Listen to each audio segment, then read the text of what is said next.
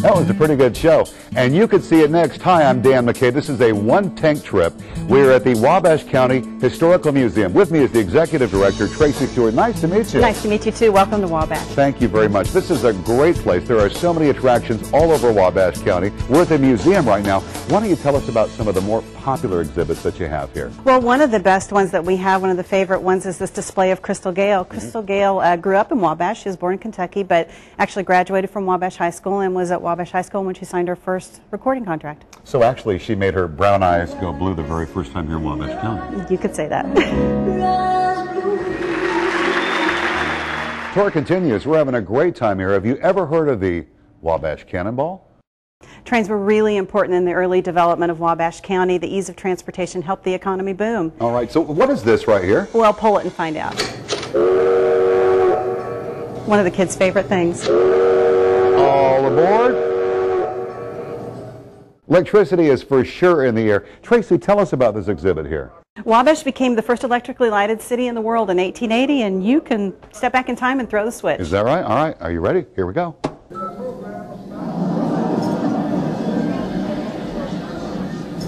There's some really neat things here. Tracy, why don't you tell us about this truck you have here on display? This is a truck made by the Service Motor Truck Company. Was in Wabash right around the turn of the century. They actually made one of the first refrigerated trucks. Really? Okay, well, this tomato's not quite ripe. We'll put it back here for a couple days. All right, let's move on to our next exhibit. This is great. One great exhibit after another. Chief Clarence Godfrey. What's this all about? Chief Godfrey was an honorary chief of the Miami Nation, and a lot of people in Wabash still remember him telling stories back in the 60s. If you want to hear one, you can just press the button. I would love to.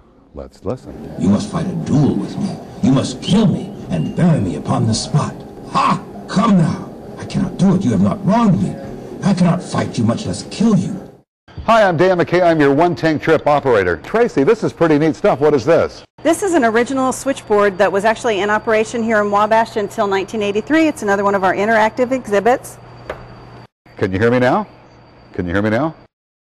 The museum is great for kids of any age, and I'm really digging this. Tracy, what's this exhibit right here This is the dig site. Kids can really dig into history here. If you brush away there, you'll find all kinds of little artifacts in here. They're beads and coins and bones that are embedded down there. I found a rock. You promise you won't take me for granted?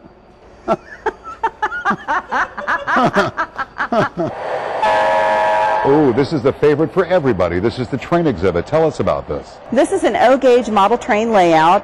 It was actually designed by an Academy Award nominee, Mr. John Corso, who's one of our members of our board of directors.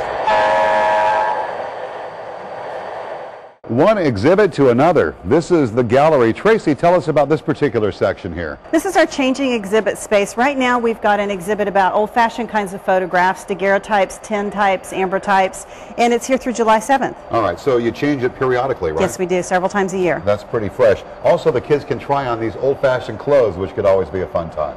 And they can step right into the gallery and have their picture taken.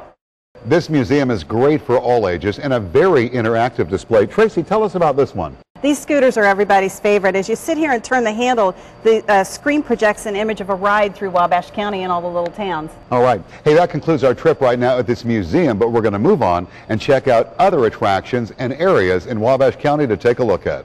Well, right down the street is the Honeywell Center. It was built in the 40s by Mark C. Honeywell, who founded Honeywell Incorporated. It houses the Ford Theater, which is a beautiful 1,500-seat theater that hosts performers like Vince Gill, Michael W. Smith. Alice Cooper was here last summer. They do local and Broadway productions on the stage there. And it's also available for weddings, for conferences and meetings. Eugenia's Restaurant is housed in the facility, and there's also a free art gallery that's just outside the theater. Another attraction in the city of Wabash is the Honeywell House. This was the home of the late Mrs. Mark C. Honeywell. It's now a house museum owned by the Indiana University Foundation. This is a beautiful house, and it's filled with Mrs. Honeywell's outstanding collection of antiques. We've got beautiful shops and restaurants in downtown Wabash. One of the best restaurants is the Market Street Grill. It's adult-only dining and features entrees like drunken chicken, have fantastic salads. The owner, Bill Girding, has this award-winning chili with an attitude, which has won several national awards, and they have some of the best best cheesecake ever. This is a really special place. The Dr. James Ford Historic Home was restored to give visitors a first-hand experience of family life in the years just after the Civil War. The artifacts are displayed as if the family has just stepped out of the room for a moment and they'll be right back in. On the grounds, they also have period gardens with grape arbors, an orchard, and other plantings that were inspired by Dr. Ford's letters and his newspaper columns. There's so much more to see in the county. We've got 2 covered bridges, one in Rowan and one in North Manchester.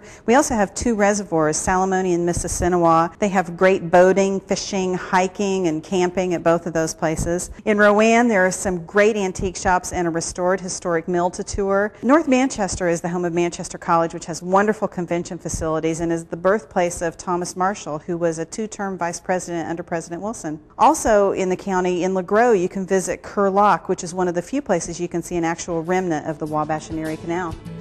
Tracy, that was a great journey. Thank you very much. Well, thank you for coming. You betcha. The Wabash County Historical Museum is great today, and all the other points of interest that we brought to you. You can do this all on 1 tank of gas. It's a 1-tank trip. Tracy Stewart, nice to meet you. Nice to meet you too. And I'm Dan McKay. Thanks for watching.